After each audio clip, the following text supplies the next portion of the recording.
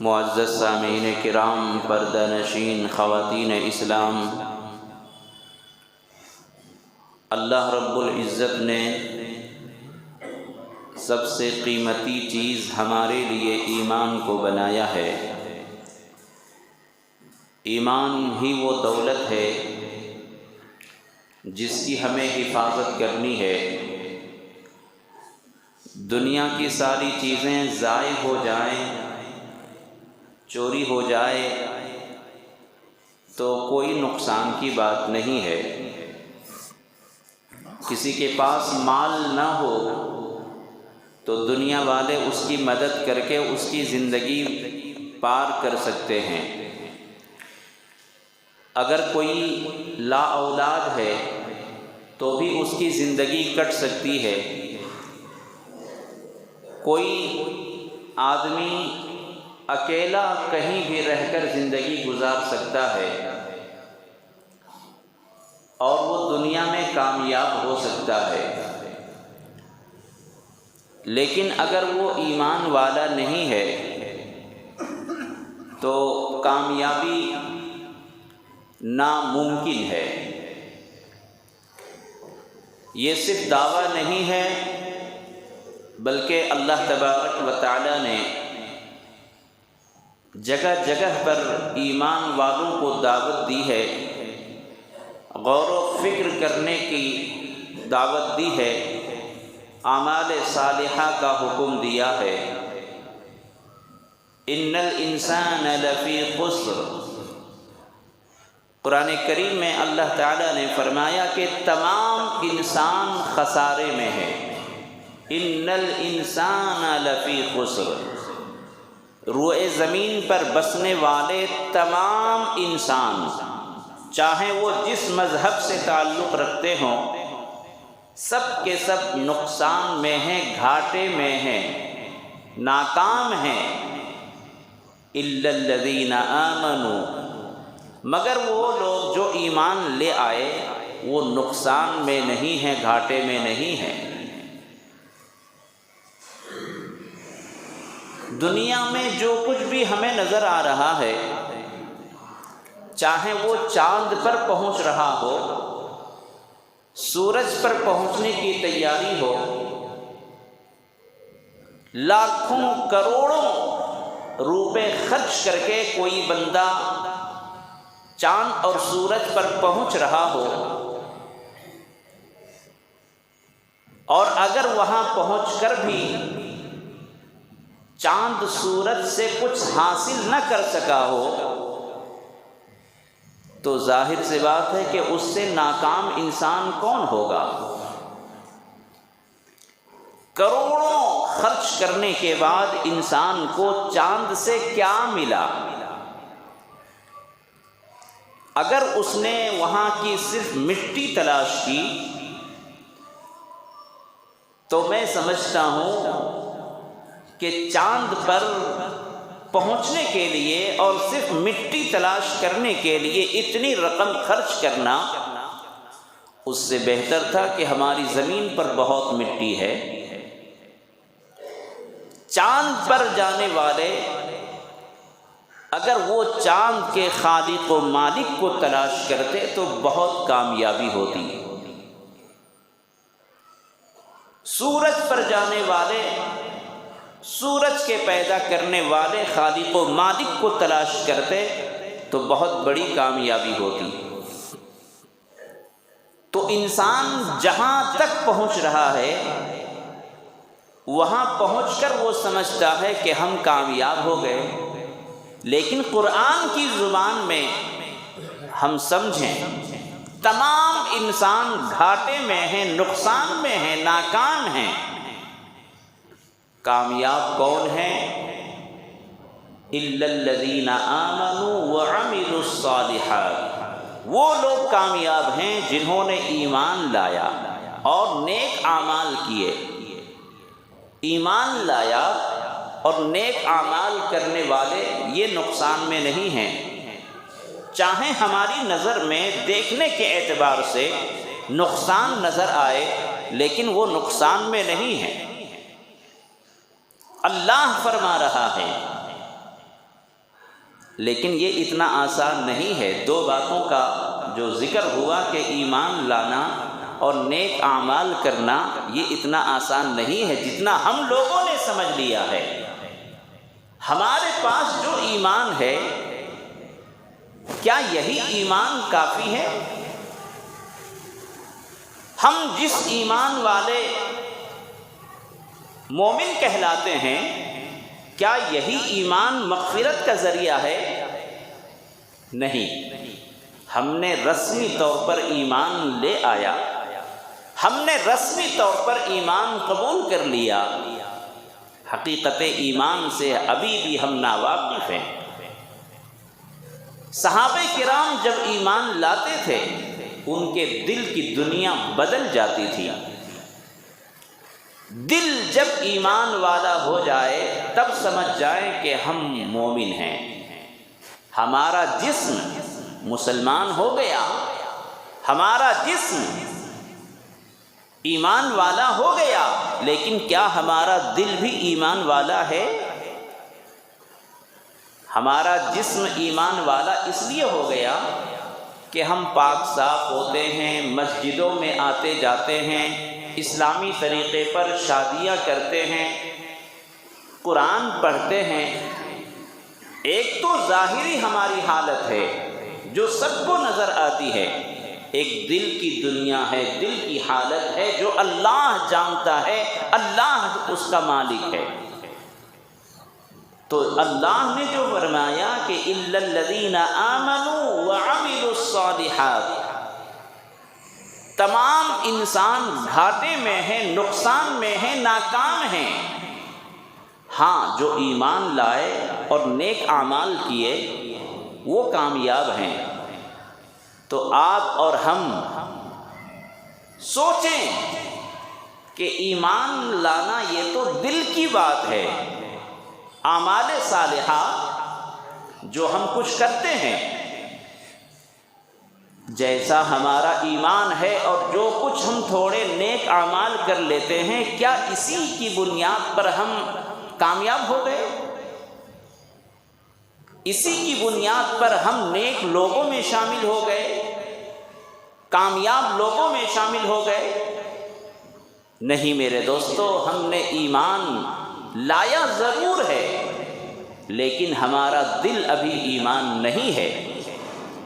اس زمانے میں بھی جب لوگ ایمان لاتے تھے، منافقین جب ایمان لا کر حضور صلی اللہ علیہ وسلم کے سامنے کہتے تھے کہ اے اللہ کے رسول، ہم بھی تو ایمان والے ہو گئے، ہم نے بھی تو آپ کا کلمہ پڑھا ہے، تو اللہ تعالیٰ نے فرمایا کہ اے نبی، جو لوگ آپ سے کہتے ہیں کہ ہم ایمان لے آئے، جو احسان جتلا رہے ہیں آپ کے سامنے کہ اے اللہ کے نبی، ہم نے آپ کا کلمہ پڑھا ہے، ایمان لے آیا ہے، آپ ان سے کہہ دیں وَلَكِنْ قُولُوا أَسْلَمْنَا،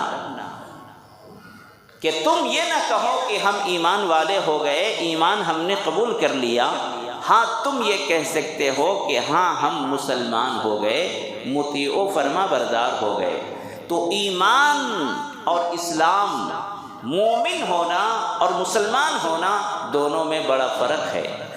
ہم مسلمان ہو گئے، مومن ہوئے یا نہیں اس کے بارے میں ہمیں غور کرنا چاہیے۔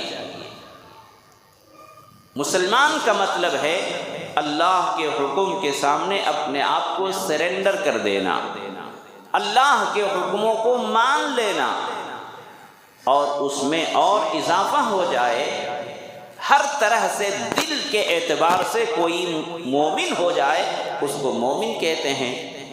تو مسلمان، یقیناً ہم مسلمان ہو گئے، لیکن مومن ہوئے یا نہیں اپنے اعمال پر ہم غور کریں۔ جو بندہ مومن ہوتا ہے اللہ کے حکم کو کبھی نہیں چھوڑتا، رسول اللہ کی سنت کو نہیں چھوڑتا، شریعت پر چلنا نہیں چھوڑتا۔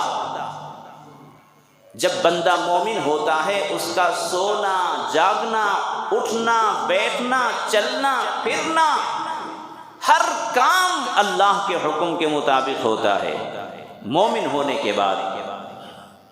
تو اسی لیے اللہ تعالیٰ نے فرمایا کہ اے انسان، تمام کے تمام انسان گھاٹے میں ہیں، نقصان میں ہیں، ناکام ہیں، کامیاب وہی ہیں جو ایمان والے ہو گئے۔ تو اگر اتنا ہلکا ایمان جیسا ہمارا اور آپ کا ہے، اتنے ایمان پر اگر اللہ کے پاس ہم کامیاب ہو جاتے تو پھر اتنی عبادتوں کا کیوں حکم دیا گیا؟ اللہ کے رسول صلی اللہ علیہ وسلم رات بھر ہمارے لیے کیوں روتے؟ امت کے لیے کیوں قربانیاں دیتی؟ صحابہ کرام نے اتنا لوہا کیوں لیا؟ جتنا ہم ایمان والے ابھی اپنے آپ کو سمجھتے ہیں، اتنا ایمان تو بہت کافی تھا۔ پھر اللہ کے رسول کیوں رات بھر روتے؟ صحابہ کرام نے کیوں شہادتیں پیش کی؟ کیوں قربانیاں پیش کی؟ کیوں اتنی کتابیں لکھی گئیں؟ کیوں قرآن 30 پاروں میں نازل ہوا؟ جتنا ایمان ہمارا ہے اتنا ہی ایمان کافی ہوتا تو پھر کوئی مسئلہ ہی نہیں تھا۔ معلوم یہ ہوا کہ جس ایمان کی بات کہی جا رہی ہے وہ ایمان یہ ہے کہ تمہارا دل بھی ایمان ہو جائے، تم دل و جان سے اسلام کو قبول کرو، صرف ظاہری اعتبار سے نہیں، آدھے بیدے نہیں، اللہ کے حکم کو پورے طریقے سے مان لو۔ یا ایھا الذین آمنوا ادخلوا فی السلم کافہ، اللہ نے نام لے کر فرمایا کہ اے ایمان والو، اسلام میں پورے طور پر داخل ہو جاؤ۔ جہاں تمہیں فائدہ ہو، جہاں تمہیں آسانی سے عمل کرنا ہو جائے، وہاں تو اسلام پر تم اپنے فائدے کو دیکھ کر اسلام پر عمل کرتے ہو، اور جہاں طبیعت پر بوجھ لگے، طبیعت پر بار ہو، طبیعت کو گرا گزرے، وہاں تم شریعت کو چھوڑ دیتے ہو، اسلام پر عمل نہیں کرتے۔ تو کبھی اسلام پر عمل کرتے ہو جب تمہیں فائدہ پہنچتا ہے، اور جب تمہاری طبیعت پر بوجھ بنتا ہے تو اسلام پر نہیں چلتے۔ تو صرف خوشی کے موقع پر تم اسلام پر چلتے ہو، اور جب کبھی محنت کا موقع آتا ہے، قربانی کا موقع آتا ہے، نیت کو قربان کرنے کا موقع آتا ہے، اپنی جان مال لگانے کا موقع آتا ہے، تب تم اسلام پر عمل نہیں کرتے۔ اللہ فرماتا ہے نہیں، یا ایھا الذین آمنوا ادخلوا فی السلم کافہ، ایمان والو پورے کے پورے طور پر اسلام میں داخل ہو جاؤ۔ تو آج جو ہمارے اور آپ کے سینے میں ایمان ہے، وہ ایمان ادھورا ہے، وہ ایمان نامکمل ہے۔ اور اس سے زیادہ اور وضاحت کے ساتھ وہ حدیث آپ کے سامنے، اللہ کے رسول صلی اللہ علیہ وسلم نے ارشاد فرمایا، لا یؤمن احدکم، کہ تم میں سے کوئی مومن نہیں ہو سکتا، حتی احب الیہ من والدہ وولدہ والناس اجمعین، کہ تم میں سے کوئی بندہ مومن نہیں ہو سکتا اس وقت تک جب تک میں اس کے نزدیک محبوب نہ بن جاؤں۔ کن کن چیزوں سے؟ لا یؤمن احدکم حتی اکون احب الیہ من والدہ وولدہ والناس اجمعین، کہ میں اس کے نزدیک اس کی اولاد سے، اس کے ماں باپ سے اور تمام اس کے دوست احباب سے جب تک میں عزیز نہ ہو جاؤں ان کے نزدیک، اس وقت تک تم مومن نہیں ہو سکتے۔ یعنی اگر کوئی اپنے آپ کو مومن کہتا ہے تو یہ امتحان ہے، یہ جانچنے کا معیار ہے۔ اللہ کے رسول فرماتے ہیں کہ تم میں سے کوئی بندہ مومن کامل نہیں ہو سکتا جب تک کہ میں اس کے نزدیک محبوب نہ ہو جاؤں۔ کس سے؟ اور اس کو واضح طور پر سمجھیں، اللہ کے رسول فرماتے ہیں کہ تم اس وقت تک مومن کامل نہیں ہو سکتے جب تک تم اپنے دل میں مجھے سب سے زیادہ چاہت رکھو، تم مجھے سب سے زیادہ چاہو، تم مجھ سے زیادہ محبت کرو۔ کن کن چیزوں سے؟ اپنے ماں باپ سے، اپنی اولاد سے اور دنیا کی تمام چیزوں سے، جب تک تم مجھے سب سے زیادہ محبوب نہ سمجھو، اپنے ماں باپ سے بھی زیادہ مجھ سے محبت کرو، اپنی اولاد سے بھی زیادہ محبت کرو، اپنی بیوی، اپنے بچوں اور تمام لوگوں سے جب تک تم مجھے زیادہ محبوب نہیں رکھو گے، زیادہ محبت نہیں کرو گے، تم مومن کامل نہیں ہو سکتے۔ اب آپ اپنے دل کو دیکھیں، ہم اپنے دل کو دیکھیں کہ کیا ہمارا دل ایسا ہے کہ ہمارے دل میں سب سے زیادہ محبت اللہ کے رسول سے ہے، اپنی اولاد سے زیادہ محبت رسول سے ہے، اپنے ماں باپ سے زیادہ محبت رسول اللہ سے ہے، آل اولاد سے، مال و جائیداد سے زیادہ محبت اپنے دل میں اللہ کے رسول سے ہے۔ ہر کوئی دیکھ لے، سوچ لے، اس کے بعد نتیجہ اس کے سامنے ہوگا۔ جب یہ حدیث آپ نے بیان فرمائی تو حضرت عمر فاروق رضی اللہ عنہ وہیں موجود تھے۔ حضرت عمر فاروق رضی اللہ عنہ نے فرمایا کہ اے اللہ کے رسول، میں آپ کو تمام چیزوں سے زیادہ محبوب سمجھتا ہوں، تمام چیزوں سے زیادہ میں آپ سے محبت کرتا ہوں۔ ہاں، اپنی جان سب سے زیادہ محبوب ہے، اپنی جان چھوڑ کر تمام چیزوں سے زیادہ آپ سے محبت کرتا ہوں۔ سچے تھے، دل کے بالکل صاف تھے، جو زبان پر وہی دل میں، اور جو دل میں وہی زبان پر۔ آج کی طرح نہیں تھا کہ کون ہمارا دوست ہے، کون ہمارا دشمن ہے، سمجھ میں نہیں آتا، کون ہماری خیر خواہی چاہتا ہے، کون ہماری تباہی چاہتا ہے، آج کے دور میں معلوم کرنا مشکل ہے۔ سب مارے آستین بنے ہوئے ہیں، اوپر سے آنسو بہاتے ہیں اور اندر سے خنجر چھپا کر رکھتے ہیں۔ آج کا جو نفاق والا دور ہے، اپنے دوست کو بھی نہیں پہچان سکتے، دشمن کو بھی نہیں پہچان سکتے، سب دوغلے ہیں، کسی کی زبان میں سچائی نہیں ہے، کب کیا کس کے خلاف کر دے آپ کو معلوم نہیں ہوگا۔ تو حضور صلی اللہ علیہ وسلم کے سامنے حضرت عمر فاروق رضی اللہ عنہ نے جو دل میں بات تھی ظاہر کر دی اور کہا کہ اے آقا، اپنی جان چھوڑ کر میں ہر چیز سے زیادہ آپ سے محبت کرتا ہوں۔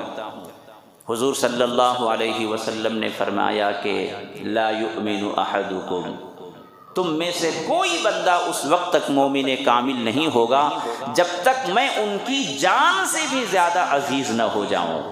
اللہ اکبر، جان سے بھی عزیز۔ ابھی تو اولاد، ماں باپ، جائیداد اور دوسری چیزوں کا ذکر تھا، اب اللہ کے رسول فرماتے ہیں کہ جب تک تمہاری جان سے بھی زیادہ میں عزیز نہ ہو جاؤں، محبوب نہ ہو جاؤں، تمہارا ایمان مکمل نہیں ہو سکتا۔ جیسے ہی یہ بات کہی حضرت عمر کانپنے لگے اور فوراً کہا اے اللہ کے رسول، اب آپ مجھے میری جان سے بھی زیادہ عزیز ہیں۔ اے اللہ کے رسول، اب میں اپنی جان سے بھی زیادہ آپ کو محبوب سمجھتا ہوں۔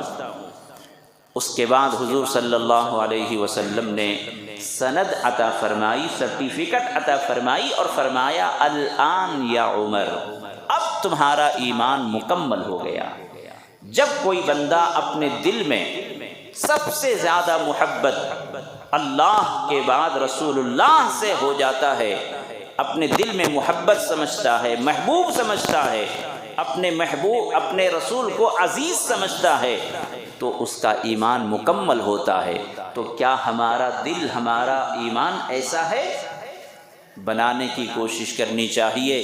شادی کی محفل ہو یا غم کی مجلس ہو، اپنے گھر میں ہو یا کاروبار میں ہو، کہیں بھی ہو، ہمیں ہر لمحہ یہ سوچنا چاہیے کیا یہ ہمارا عمل رسول اللہ صلی اللہ علیہ وسلم کی سنت کے مطابق ہے؟ کیا یہ اللہ کے رسول صلی اللہ علیہ وسلم نے فرمایا ہے؟ پوچھ پوچھ کر عمل کریں، تب جا کر اللہ کے رسول کی محبت دل میں پیدا ہوگی اور یہ کہا جائے گا کہ ہاں آپ یقیناً عاشق رسول ہیں، آپ عاشق رسول ہیں، یہ اسی وقت کہا جائے گا جب ہماری زندگی سے وہ اعمال ظاہر ہوں گے، سنت والے اعمال ظاہر ہوں گے۔ زبانی دعویٰ کرنے والے بہت ہوتے ہیں، تم یہاں زبان سے کچھ بھی دعویٰ کر سکتے ہو، لیکن رسول اللہ کی بارگاہ میں، اللہ کی بارگاہ میں تمہاری زبان سے نکلے ہوئے جملے تول لیے جائیں گے۔ اس جملے میں کتنی سچائی ہے، اس جملے میں کتنی صداقت ہے، یہ اللہ تبارک و تعالیٰ کی بارگاہ میں تول لیا جائے گا۔ یہاں بول کر نکل سکتے ہو، لیکن اللہ کے رسول صلی اللہ علیہ وسلم کے پاس اللہ کی بارگاہ میں بول کر نہیں نکل سکتے، ثابت کرنا پڑے گا۔ میرے دوستو، جب اللہ کی محبت دل میں پیدا ہوتی ہے اور ایمان کامل جب ہمارے دل میں پیدا ہوتا ہے، تو جب آپ کی زبان سے کوئی جملہ نکلتا ہے، اس جملے میں جادو جیسا اثر ہوتا ہے، تاثیر ہوتی ہے، اس جملے میں چاشنی ہوتی ہے، اس جملے میں مقناطیسی طاقت ہوتی ہے۔ اللہ والوں کی آپ کبھی خدمت میں اگر گئے ہوں گے، اللہ والوں کی خدمت میں جانا چاہیے، اولیاء اللہ کی خدمت میں جانا چاہیے، علماء کرام کی خدمت میں جانا چاہیے۔ وہ صرف چند باتیں کہتے ہیں، رات بھر کی تقریر نہیں ہوتی، چند جملے کہتے ہیں اور اسی میں آپ کے دل کی دنیا بدل جاتی ہے۔ کیوں؟ اس لیے کہ وہ اللہ تبارک و تعالیٰ کی محبت اپنے دل میں سما کر رکھتے ہیں، اور جو کچھ بھی وہ کہتے ہیں اللہ کے لیے کہتے ہیں۔ کوئی ایسی بات نہیں کہتے جس پر وہ خود عمل نہیں کرتے۔ واقعہ بہت مشہور ہے، ایک شخص اپنے بچے کو لے کر حضرت بابا فرید گنج شکر رحمۃ اللہ علیہ کے پاس گیا، یا اس کی ماں لے کر گئی بچے کو، اور حضرت سے درخواست کیا کہ حضرت آپ میرے بچے کو نصیحت کر دیں، یہ گڑ بہت کھاتا ہے، زیادہ گڑ کھانے سے نقصان بھی ہو سکتا ہے، گڑ گرم چیز ہوتا ہے، تو گڑ زیادہ کھاتا ہے، اس لیے آپ نصیحت کر دیں۔ تو انہوں نے کہا کہ اچھا کل آنا۔ تو یہ خاتون لے کر چلی گئی، یا ان کے والد اپنے بچے کو لے کر چلے گئے۔ ایک دن کے بعد دوبارہ آئے اور کہا کہ حضرت یہ بچہ میرا گڑ بہت کھاتا ہے، آپ نصیحت کر دیں۔ تو اللہ والے تھے، انہوں نے کہا بیٹے زیادہ گڑ مت کھانا، زیادہ گڑ مت کھانا، جب امی دیں تب کھانا، دوسرے وقت میں نہ کھانا۔ اتنا کہہ کر وہ اپنے بچے کو لے کر جانے لگی، لیکن ان کے دل میں یہ خیال آیا کہ نصیحت کے لیے اتنا ہی جملہ کہا کہ بیٹے زیادہ گڑ مت کھانا، تو یہ کل بھی کہہ سکتے تھے، جب میں کل لے کر آئی تو کل بھی نصیحت کر سکتے تھے، لیکن کل تو انہوں نے نصیحت نہیں کی، واپس بھیج دیا، اور آج بلایا اور یہ نصیحت کی۔ تو انہوں نے پوچھا کہ حضرت میں ایک بات پوچھنا چاہتا ہوں یا پوچھنا چاہتی ہوں کہ آپ جب کل بچے کو لے کر میں آئی تو آپ یہ نصیحت کل بھی کر سکتے تھے، آپ نے کیوں نصیحت نہیں کی، آپ نے آج کے دن کیوں بلایا؟ تو اللہ والے نے جو بات کہی وہ ہمیں یاد رکھنا ہے۔ اللہ والے نے فرمایا کہ دیکھو خاتون یا دیکھو صاحب، کل تک میں خود بھی گڑ کھایا کرتا تھا زیادہ، جو کام میں خود کر رہا ہوں وہ کرتے کرتے اگر کسی کو نصیحت کروں گا فائدہ نہیں ہوگا، تو کل تک میں خود زیادہ گڑ کھایا کرتا تھا اور میں نصیحت کرتا تو اس کا اثر نہ ہوتا، تو کل میں نے طے کر لیا کہ میں بھی زیادہ گڑ نہیں کھاؤں گا، اس لیے یہ اب نصیحت کر رہا ہوں تاکہ خود پہلے اس پر عمل کروں، اس کے بعد دوسرے کو نصیحت کروں تو اس کا فائدہ ہوگا۔ تو جو اللہ والے ہوتے ہیں اخلاص کے ساتھ جب کام ہوتا ہے تو اللہ تبارک و تعالیٰ ان کے دم میں، ان کی پھونک میں، ان کی زندگی میں، ان کے جملوں میں تاثیر ڈالتا ہے، برکت ڈالتا ہے۔ آج ہمارے دل میں اخلاص نہیں ہے، اولاد ماں باپ کی نافرمان ہو گئی۔ ایک باپ اگر سگریٹ پیتا ہے، ایک باپ اگر شراب پیتا ہے، نعوذ باللہ، وہ اپنے بچے پر پورا قرآن پڑھ کر دم کر دے، رات بھر نصیحت کر دے، کیا اس کا بیٹا اثر پکڑے گا؟ جب باپ خود سگریٹ پی رہا ہے، گٹکے کھا رہا ہے، نمازیں چھوڑ رہا ہے، ایک بے نمازی باپ، ایک بے نمازی ماں اپنی اولاد کو اگر نمازی بنانا چاہے، ایسا ہو سکتا ہے؟ ایک شرابی باپ اپنے بچے کی اصلاح کرنا چاہتا ہے، اصلاح ہو سکتی ہے؟ نہیں، پہلے خود آپ کو بننا پڑے گا، خود آپ کو سدھرنا پڑے گا، اس کے بعد آپ کی نصیحت اثر انداز ہوگی۔ جو بیماریاں ہمارے گھروں میں ہیں، اس بیماری کی جو دوا ہے، اس دوا کو پہلے استعمال کرو، اس کے بعد شکوے کرو۔ آج ہمارے یہاں بیماریاں بہت ہیں، برائیاں بہت ہیں، دوا استعمال نہیں کرتے اور تلاش کرتے ہیں جا کر بازاروں میں۔ اس لیے میرے دوستو، اخلاص پیدا کریں اپنے دل کے اندر۔ جب اخلاص ہوگا تو اللہ تبارک و تعالی اس میں اثر ڈال دے گا۔ بنی اسرائیل میں ایک عبادت گزار، بہت عبادت گزار شخص تھا۔ ہر وقت وہ نمازوں میں، ذکر و اذکار میں ہمیشہ مشغول رہتا تھا اور بہت پاورفل آدمی تھا۔ شیطان اس سے ڈرا کرتا تھا، کوئی غلط کام اس کے سامنے نہیں ہو سکتا تھا۔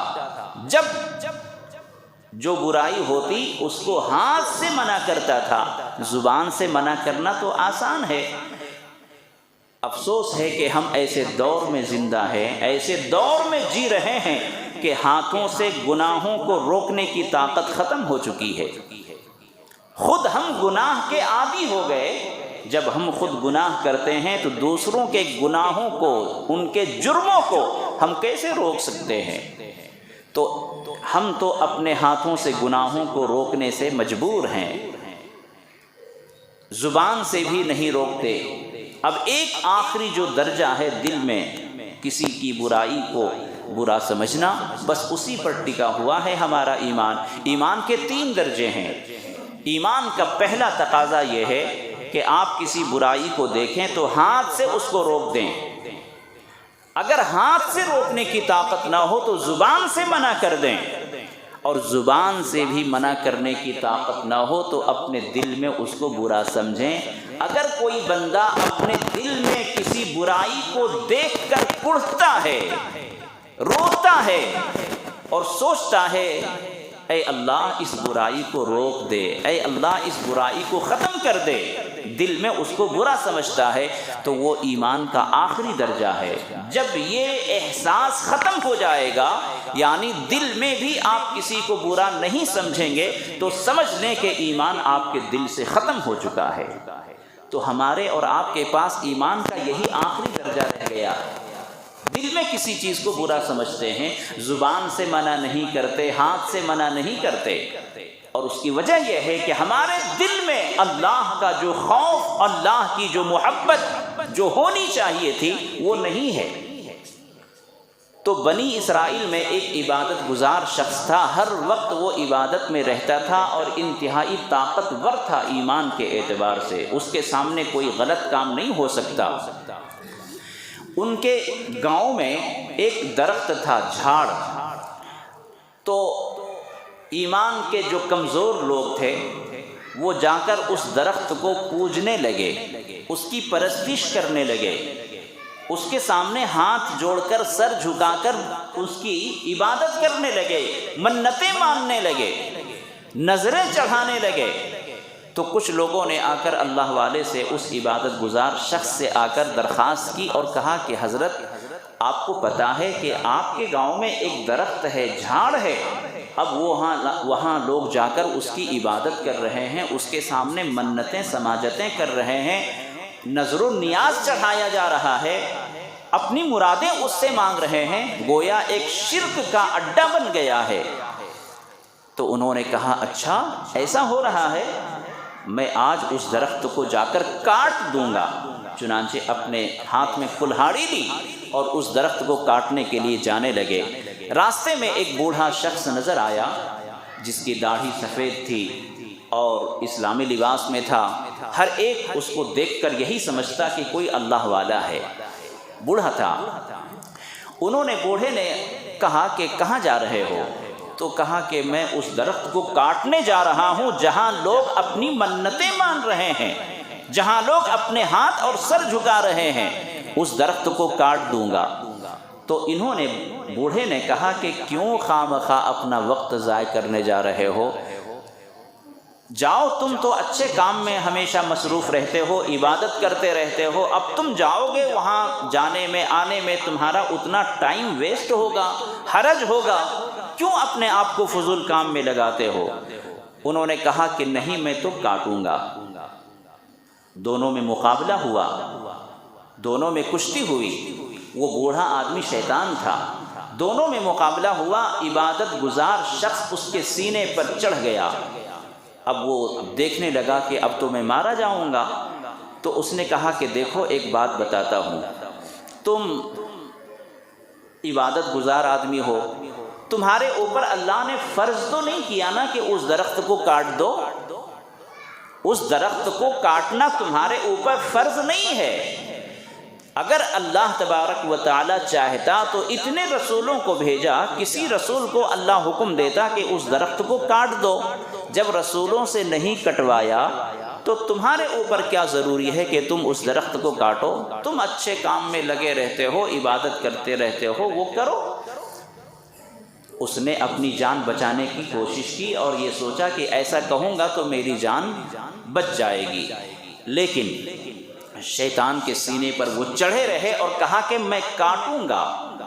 بہرحال پھر اس نے دوسرا داؤ پیش کیا، دوسرا داؤ کھیلا، اور شیطان نے کہا کہ دیکھو ایک بات بتاتا ہوں، نفع کی بات بتاتا ہوں، وہ یہ ہے کہ تم ایک غریب آدمی ہو، غریب آدمی ہو، تمہارا بھی خرچہ نہیں چل پا رہا ہے کہ اپنے دوست احباب کو، اپنے رشتہ داروں کو بھی کچھ تم تحفہ نہیں دے سکتے ہو، غریب ہو، تو ایسا کرو کہ میں روزانہ تمہیں 3 درہم دے دیا کروں گا، وہ تمہارے سر کے نیچے، تکیے کے نیچے سرہانے مل جایا کریں گے، اور تم اپنے ارادے سے باز آ جاؤ، اس درخت کو نہ کاٹو اور مجھے چھوڑ دو۔ بہرحال جب یہ بات آئی تو ان کے دل میں ذرا نرمی ہوئی کہ چلو میں غریب ہوں، جب مجھے پیسے ملیں گے تو میں اپنا بھی خرچہ چلاؤں گا، اپنے دوست احباب، اپنے رشتہ داروں پر بھی صدقہ کروں گا۔ تو شیطان نے کہا کہ دیکھو اگر آپ کاٹو گے تو صرف درخت کاٹنے کا ثواب ملے گا، اور میں آپ کو پیسہ دوں گا، اپنی زندگی بھی ٹھیک ہو جائے گی تمہاری، اور تمہارے ماں باپ، تمہارے بچے، تمہارے رشتہ داروں کی بھی زندگی ٹھیک ہو جائے گی، تم اس کو صدقہ خیرات کرو گے، ان کی زندگی صحیح ہو جائے گی۔ تو شیطان نے اس طرح سے پڑھایا 3 درہم دینے کے وعدے کے ساتھ۔ بہرحال وہ اپنے ارادے سے باز آ گئے اور درخت کو نہیں کاٹا۔ 3 درہم ان کو ملنے لگے، روزانہ ملنے لگے۔ کچھ دنوں کے بعد وہ درہم ملنا بند ہو گیا، تو پھر انہوں نے کلہاڑی اٹھائی اور دوبارہ چلے اس درخت کو کاٹنے کے لیے۔ دوبارہ پھر اسی بوڑھے شیطان سے ملاقات ہوئی اور کہا کہ کہاں جا رہے ہو؟ تو کہا کہ اسی درخت کو کاٹنے جا رہا ہوں۔